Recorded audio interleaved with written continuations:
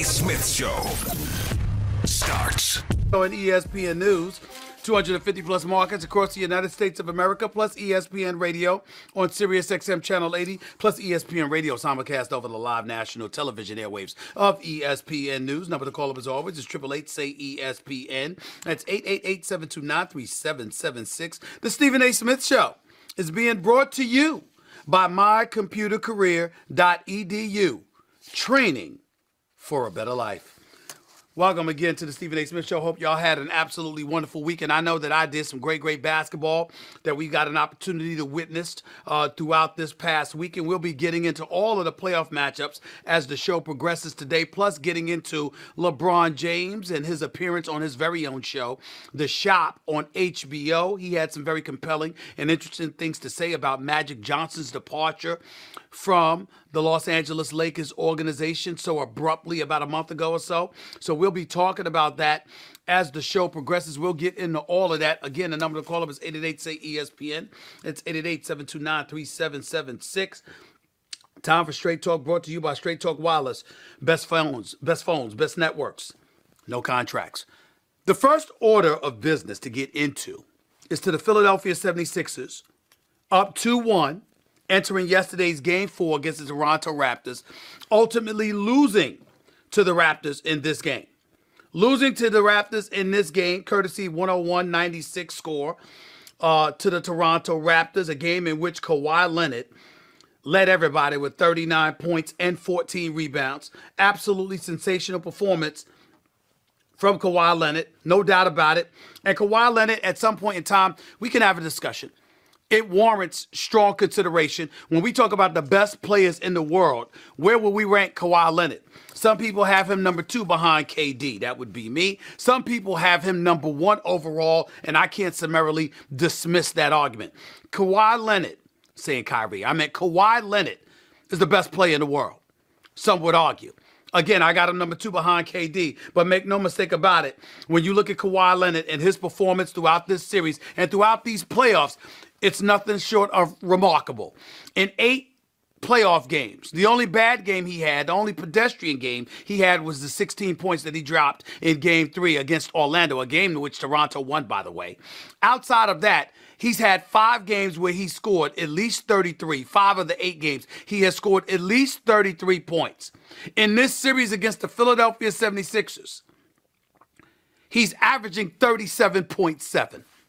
This is Kawhi Leonard I'm talking about here. 39 minutes a game. He's averaging actually 38 points, 9 rebounds, and 4 assists in 4 games. He is shooting 61% from the field. He is shooting 46% from three-point range. This is just a sensational performance. I mean, when you listen to somebody like Jimmy Butler sit up there in a post-game conference, knowing the raw dog, and I say that complimentary, the raw dog that is Jimmy Butler, and for him to come out and sit up there and say, this is just what he does. It doesn't matter who it is against. This is what he does on a night-in, night-out basis. It speaks to the greatness of a Kawhi Leonard. The mid-range game, as Hubie Brown called it yesterday, is flat-out murder. From 12 to 15 feet from the basket, he's murderous. You can't stop him. And the performances, if you watch Kawhi Leonard on the floor, outside of the aerial assault, the skywalker that Michael Jordan was, outside of that component that doesn't necessarily coincide with Kawhi Leonard's game, everything else you're seeing is Jordan-esque. The mid-range game, the fall away, the three-point shooting. Oh, by the way, the defensive presence that he brings to the table, willing to guard the opposition's best offensive weapon. Kawhi Leonard is the real deal, period. And when you look at him play, it is clearly justification for Masai Ujiri, the general manager for the Toronto Raptors, willing to get rid of DeMar DeRozan and keeping Kawhi Leonard in. Because regardless of what you know about DeMar DeRozan, who is no scrub, who can play, who had a great relationship with his teammate Kyle Lowry, there is no question in the fact that Kawhi Leonard is simply on a different level altogether from DeMar DeRozan. There is no questioning that.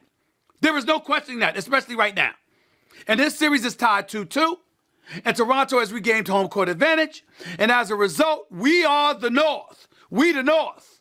Toronto, that phenomenal city Only problem I got with Toronto is two things: cold weather and the fact that I got to get through customs. That's it. Outside of that, I love everything about Toronto. Everything about Toronto. It's a phenomenal city. But Kawhi Leonard might end up leaving. And we're going to look at Masai and we're going to be like, yo, was it worth it to lose DeMar DeRozan for Kawhi Leonard when Kawhi Leonard is only going to stay for 1 year and DeMar DeRozan wanted to stay forever? These are questions that we're going to have right now. Another question is that while you're in New York Knicks or you're the Brooklyn Nets, and everybody's been talking about Kyrie because he's from Newark, or they're talking KD because he's looking to leave Golden State. How are we not talking more about somebody landing Kawhi Leonard? Because could you imagine if Kawhi Leonard teamed up with KD? I got news for y'all, ladies and gentlemen. Kawhi Leonard with Kevin Durant is automatic top 4 championship contender. Automatic. It don't even matter what the hell you bring with them on the squad. It doesn't even matter what the hell you put on the court with them. They're automatically top 4 contender. And depending on which team, if it's the Clippers, you're favored to win the championship. You're the prohibitive favorite to win it all. If those two join this Clippers squad that we just saw push the Golden State Warriors in the first round of the playoffs, let me tell y'all something, ladies and gentlemen. There's nothing to discuss. If Kevin Durant and Kawhi Leonard join Doc Rivers in L.A., the Los Angeles Clippers win the championship next year. I'm here to tell you that right now. If they were to join the Brooklyn Nets would likely come out of the East next year. This is what we're talking about here. This is how lethal that combination would be. So while we're talking about Kyrie and Kevin Durant, maybe we should have been talking about Kawhi Leonard and Kevin Durant. I'm just saying. These are the kind of things that we have to think about as the show progresses. But let me get to my number one story that I wanted to discuss. And that would be Philadelphia 76ers 7'1" center, Joel Embiid. Ladies and gentlemen, let me bring it to you plain and simple. Let me try to give it to you straight. I think that Joel Embiid is a star. I think he's a stud. I think when healthy and focused, he's the best big man in basketball. There is no denying it. And his skills and his potential and what he brings to the table is undeniable. But ladies and gentlemen, there's a difference between potential and reality. Is anybody here going to sit here and doubt that Nikola Jokic is having a better playoff than Joel Embiid? Right now against the Portland Trail Blazers, the Denver Nuggets just tied the series 2-2. Friday night, when the Denver Nuggets lost in quadruple overtime, one of the greatest playoff games we'd ever seen, Nikola Jokic, did y'all know he played 65 minutes Friday night? 65 minutes. And then, oh, by the way, they lose, and then he comes out less than 48 hours later, and they beat the Portland Trail Blazers. He is averaging 26, 13, and 9. He is shooting 52% from the field and 57% from three-point range. Meanwhile, Joel Embiid, if you look at Joel Embiid in this series against Toronto, other than Game 3, this brother has shot 9 for 43 from the field. Game 2 and Game 4, he shot 2 for 7 from the field in each game. Both games he claims to be sick. The stomach virus in Game 2 where he had the runs. And then yesterday when he texted Brett Brown at 6:28 in the morning, according to Brett Brown, to tell him that he couldn't play. Before I get into all of that, let's listen to the head coach for the Philadelphia 76ers. Let's listen to Brett Brown tell you what happened when it came to Joel Embiid and his availability for Game 4 of a conference semifinals game, a game in which, had the Philadelphia 76ers ended up winning, they would be up 3-1. The likelihood is that they would have won this series. It would have been on lock, and they'd be ready to go to the Eastern Conference Finals. But because Joel Embiid wasn't ready to play, the series is now tied 2-2. Listen to the Philadelphia 76ers coach, Brett Brown, try to explain this about Joel Embiid. Listen to this. I got a text from him at 6:20 a.m. this morning telling me like he didn't sleep all night. He'd really never felt this poorly, and he was unsure, Coach, if I'm going to play. I just want to give you a heads up. I'll try, but I don't know. And, you know, with that started my day. Ladies and gentlemen, let me break something down to y'all. I am not an NBA player. As a talent on a basketball court, I couldn't shine Joel Embiid's shoes. Okay? Yes, 240 days out of the year, I'm here on First Take and radio. But let's be fair. That's not the same as running up and down the court for 94 feet for 82 games a night. Then again, if you're Joel Embiid, you never had to do it 82 games a season. His first, remember, he was drafted number 3 overall in 2014. Because of those foot injuries, he never played the game the first 2 years of his career. It wasn't until 2016 that he started playing. That year, out of the 82 games, he only played 31. His second year, he only played 64. His third year, he played 63. So he ain't played 82 games either. But that's neither here nor there. Let me tell you what the problem with Joel Embiid's argument, according to Brett Brown. 6:20 a.m.? The game's at 3:30, y'all. That's 9 hours before the game. I don't care if you got to get up because you couldn't sleep all night and you go straight to the facilities, and in order to make sure you're ready, you're pumped with fluids, medication, or whatever, and you sitting down on a trainer's table and sleeping for about 5 or 6 hours. Ladies and gentlemen, have y'all ever taken a moment to gauge how a little cat nap can make you feel? I have had situations in my career where I could sit down, and I am completely drained, exhausted, devoid of any kind of energy whatsoever. And an hour's sleep would change my day. This man texted the coach 9 hours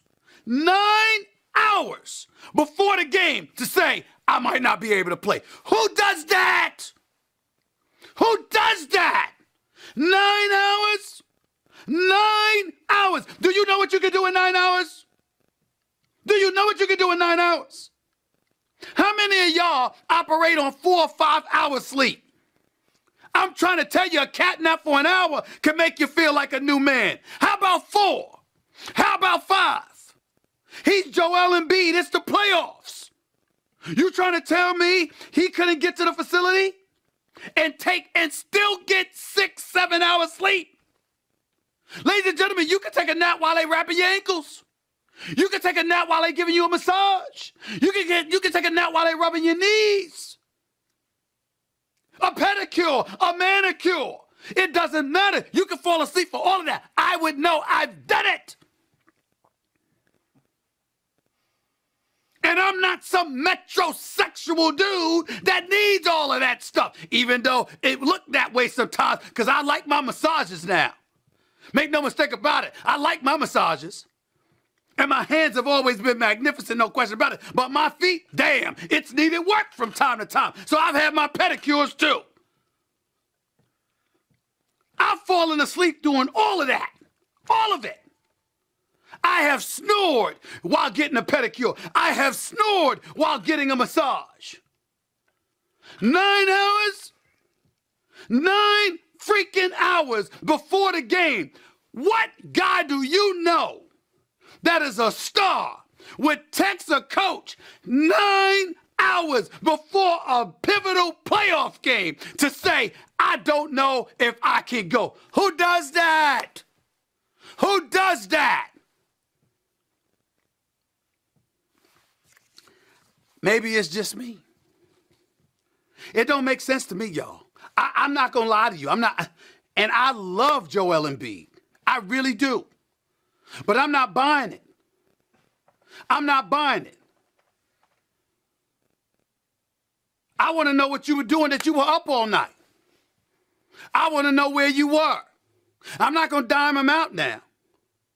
Even if I did know, I'm not going to do that. I know that John Wall for the Wizards would like to convince y'all that I did that, because that was his argument against me. Not to my face, of course, chirping behind my back. But I'm here to tell you, I don't play that. Because I go out. And I don't want people broadcasting my personal business, so I don't roll like that. TMZ put out that video with John Wall. I simply pointed out, you can't have TMZ letting out videos. So now you got somebody like him chirping behind my back about something I didn't even do. TMZ was responsible for that, not me. So if Joel Embiid was out and doing whatever it was that he was doing, I still wouldn't tell y'all like that unless it was publicized. Because I'm not doing that. What I would tell you is this. 9 freaking hours before a game is plenty of time to overcome a lot of things. You can overcome the flu. You can overcome a virus. You can overcome sleep deprivation. You can overcome a whole bunch of things. We've seen people that have been incredibly hurt and got a cortisone shot and they were ready within a half hour. Who texts the coach 9 hours before a game? By the way, I got another one better for y'all. Who texts their coach at 6:20 in the morning? Take y'all time. I'll wait. I'll wait. Who does that? Who does that? Especially when you just dropped 33 and you were talking junk and chirping at the opposition, knowing they were coming for you this next game. It would behoove you to be ready. I have no doubt that Joel Embiid got the heart and the guts to step up and handle his business the way that we know he can, because he's that special of a talent. But knowing how special he is as a talent, how do you text your coach 9 hours before the game? Brett Brown ain't fooling nobody. He dimed Joel Embiid out. I don't blame him. He's from the Greg Popovich school. Greg Popovich, unapologetically, if somebody ain't ready, he'll tell you, we weren't ready. He wasn't ready. Now, Brett Brown is far more diplomatic than Greg Popovich is, but he's from that tree, that school, that Popovich tree. He used to be an assistant coach under Popovich. So he ain't going to go out of his way to be apologetic for you when you're clearly irresponsible or immature towards handling adult responsibility. If the Sixers end up losing this series, particularly if Toronto wins the series by protecting its home court, meaning they win Game 5, lose Game 6 back in Philadelphia, and then go and win Game 7 back in Toronto, we're going to look to Game 4 when the 76ers had them by the you-know-what and didn't close the deal. And we're going to ask ourselves, why did that happen? And you know where we're going to look at? Directly at Joel Embiid. Because he's only had one good game this series. Game 2, Game 4, he shot 2 of 7 from the field. Game 1, he shot like 5 of 18. He played lights out, monster game in Game 3. We get all that. But I don't want to hear about anybody else. Let's look at this stuff. Jimmy Butler's averaging nearly 23 a game. 23, 8 and 5. Tobias Harris has got to play better. He's only shooting 25% from three-point range. Shot 2 of 13 in Game 4. He's got to step up, period. He's got to do it. Ben Simmons. Everybody want to look at Ben Simmons. They say he's only averaging 10, 7, and 4. I'm not holding Ben Simmons that much accountable. We know he can't shoot. But he's not like he's choking or anything like that. It's just that he can't shoot. He's got to work on his perimeter shot. And because he's no threat from the perimeter offensively, you've got Brett Brown playing Ben Simmons off the ball and putting the ball in Jimmy Butler's hands to be that supplementary point guard for you. Well, when I look at the Sixers, they match up against the Toronto Raptors. I had the Toronto Raptors winning this series. I hoped and prayed that I was wrong, because I would love for the Philadelphia 76ers, a team that I covered for 10 years, to make it to the conference finals. I got a lot of friends on that Sixers squad. A lot of friends within that Sixers organization. I root for them all the time, and I'm not apologizing for that to anybody, but it's not going to stop me from calling it like I see it. On this particular day, I cannot tell you how disappointed I am in Joel Embiid. 9 hours. 9 hours before the game. 9 hours. You text and talk about you can't play. You might not be able to play. Yeah, you went out on the court, but you didn't show up offensively. Got outplayed by Marc Gasol. Siakam only had 2 baskets, and they still won the game. I'm sorry, y'all. That doesn't escape me. It does not. 888 say ESPN. That's 888-729-3776. That was straight. It was time. I'm sorry, that was Straight Talk Wireless, nationwide coverage on America's largest and most dependable 4G LTE networks. I'll continue talking about this. I'm going to get into the Boston-Milwaukee series. I think the Boston Celtics are on the brink of elimination. Boston Celtics lose game 4 tonight. It's a wrap. They ain't coming back from this with Milwaukee. 4 different dudes for Milwaukee are shooting better from three-point range than Kyrie Irving is shooting from the field. That has to change. Plain and simple. Plain and simple. And of course, I'm in Houston, H-Town, because after that performance James Harden put forth Saturday night along with Eric Gordon. Now we've got game 4 here. Can Houston win and tie the series? Or are they on the brink of elimination as of midnight tonight because Golden State comes out and handles their business? Steph Curry's taking a lot of heat. Is it deserved or is it not? We'll get into all of that and then some. Plus, I will not forget about LeBron James and Magic Johnson. That is a story that needs to be discussed. So stick around. Don't touch that dial. It's the Stephen A. Smith Show, ESPN Radio, ESPN News. By the way, when you're hiring, you don't want to waste time sorting through dozens of irrelevant resumes, do you? You want an efficient way to get to a short list of qualified candidates. That's why you need Indeed.com. Post a job in minutes, set up screening questions based on your job requirements, then zero in on qualified candidates using an intuitive online dashboard. Discover why 3 million businesses use Indeed for hiring. Post a job today at Indeed.com/hire. Search for greatness. Search Indeed. This show and all of ESPN is streaming live on the ESPN app. Now with ESPN Plus, where you get more ESPN. Download the ESPN app today and take ESPN